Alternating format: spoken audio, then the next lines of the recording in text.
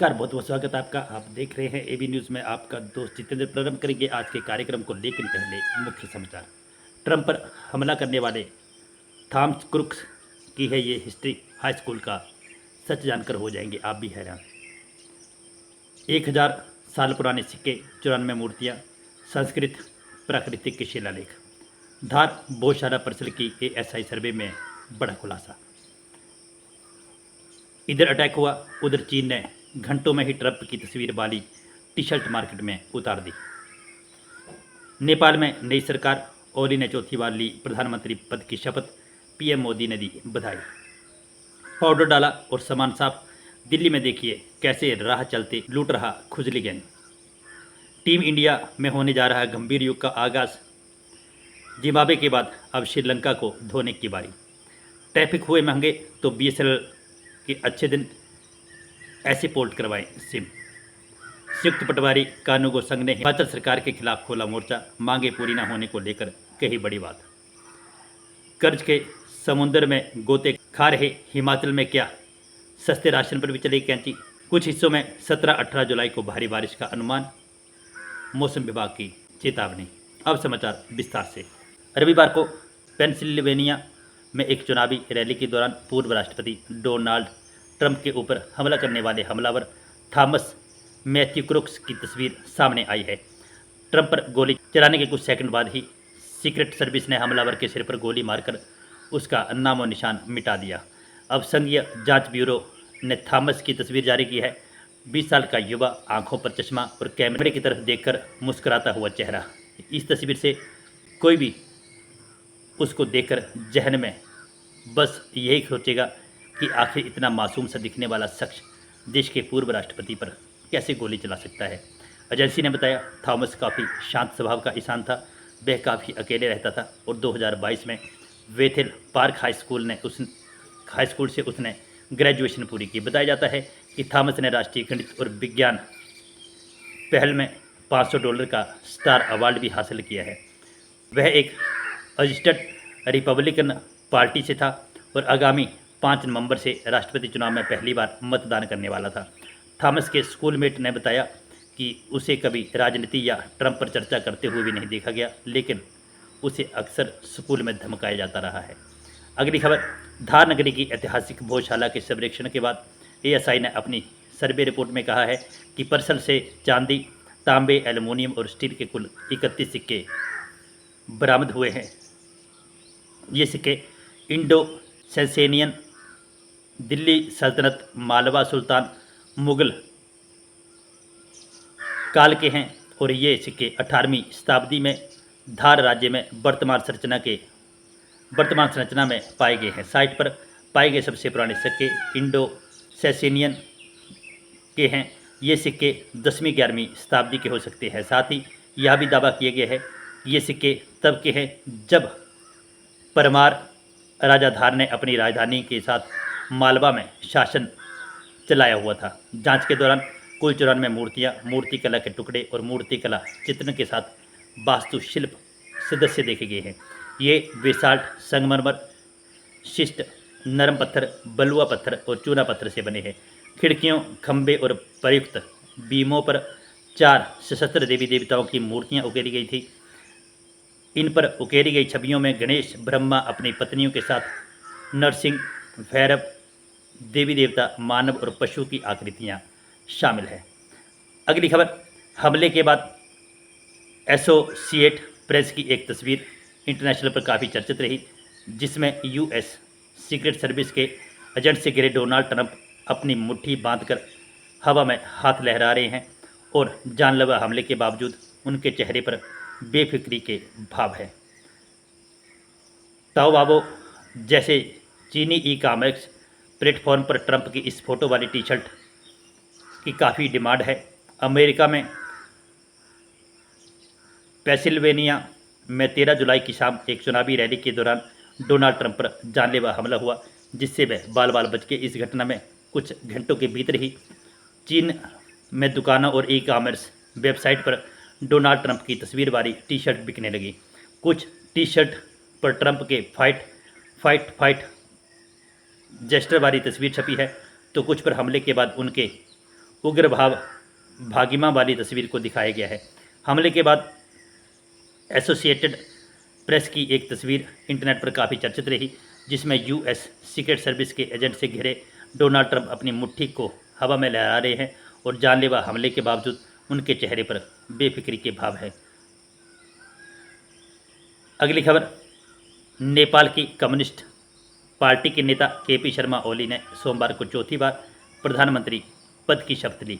राष्ट्रपति रामचंद्र पांडेल ने उन्हें पद की गोपनीयता की शपथ दिलाई। ओली ने इसके ठीक बाद अपने मंत्रिमंडल में 22 मंत्रियों की जगह देने का ऐलान किया। इनमें ओली का समर्थन करने वाले 4 दलों के नेताओं को जगह दी गई है। इस मौके पर पीएम मोदी ने एक्स पर पोस्ट कर ओली को बधाई दी है। प्रधानमंत्री ने लिखा, दोनों देश के बीच दोस्ती के गहरे बंधन और मजबूत करने के साथ साथ काम करने के लिए उत्सुक, जिससे दोनों देशों के परस्पर सहयोग और अपने दिलों की प्रगति और समृद्धि को आगे बढ़ाया जा सके।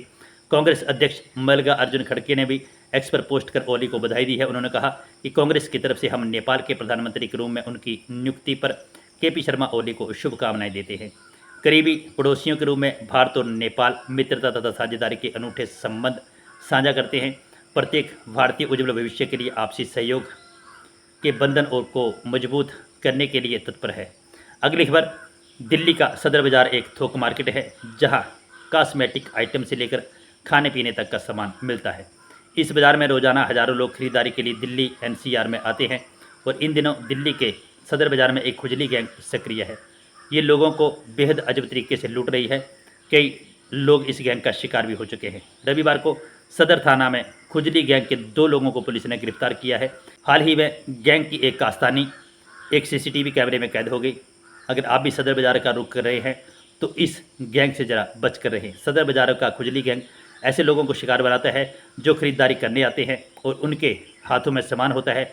जब पाउडर डाला जाता है तो खुजली बढ़ती है और जब बर्दाश्त से बाहर हो जाता है तो खुजली करने के लिए शख्स को कपड़े उतारने पड़ते हैं और इसी का मौका देकर खुजली गैंग सारा सामान लेकर रफू चक्कर हो जाता है।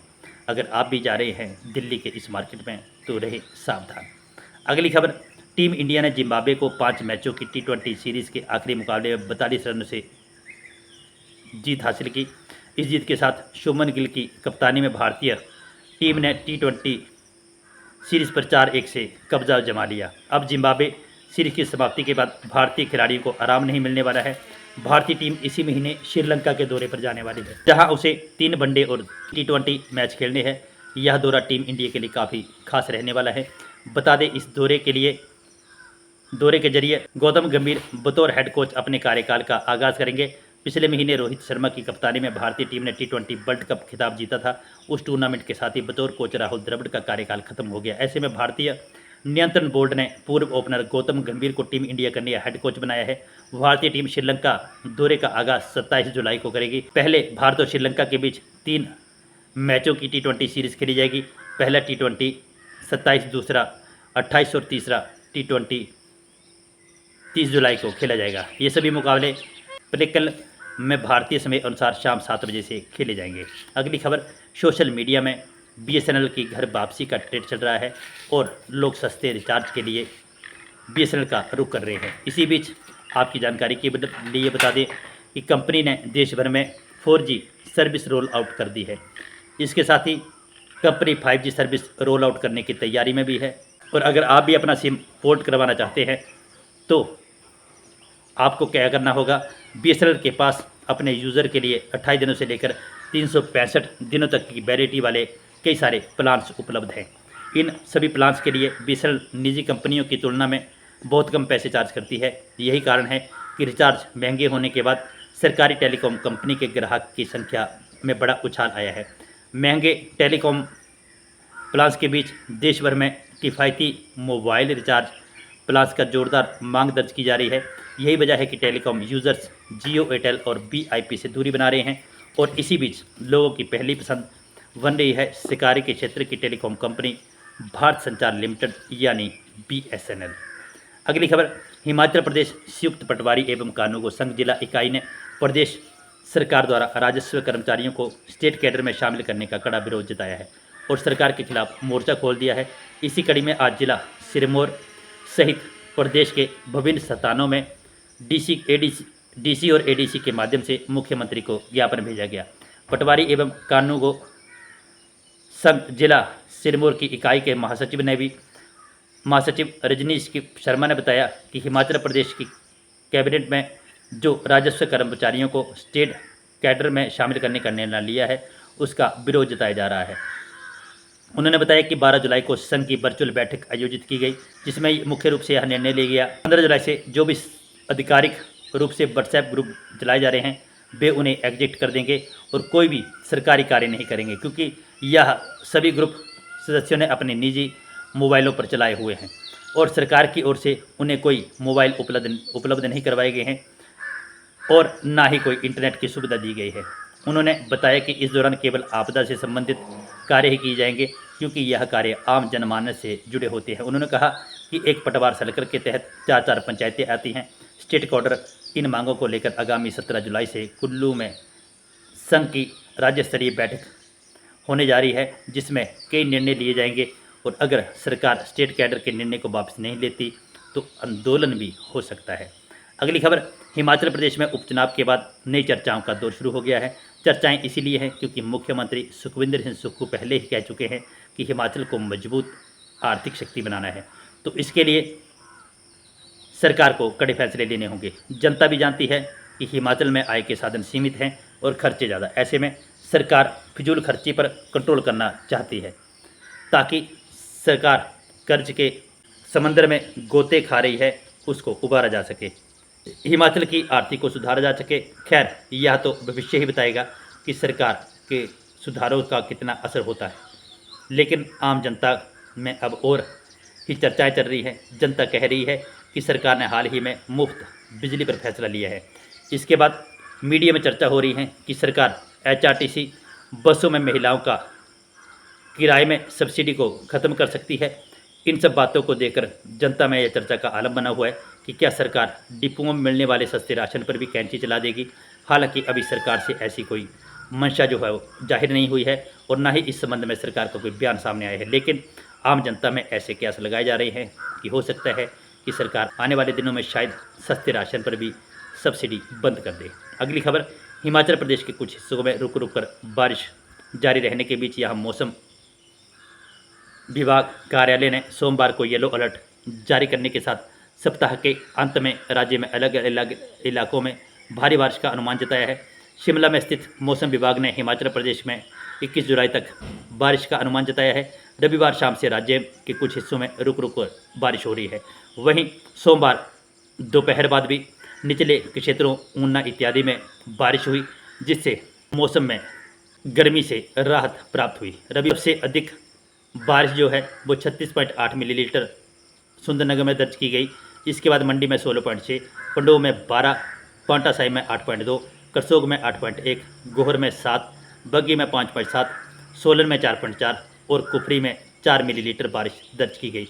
राज्य आपातकालीन परिचालन केंद्र के अनुसार 27 जून को मानसून के आगमन के बाद से अब तक राज्य को 177 करोड़ रुपए का नुकसान हुआ है और वर्षा से संबंधित घटनाओं में 25 लोगों की मौत हुई है। तो बंधुओं, ये थे आज के कुछ अहम समाचार जो हमने आपके साथ साझा की। खबरें पसंद आई हों तो लाइक और शेयर करें। जो दोस्त हमारे साथ नहीं जुड़े हैं वे हमारे यूट्यूब और फेसबुक पेज को लाइक और फॉलो भी करें। इन्हीं शब्दों के साथ आज के लिए बस इतना ही। बने रहे एबी न्यूज़ के साथ। जय हिंद, जय भारत, जय हिंद।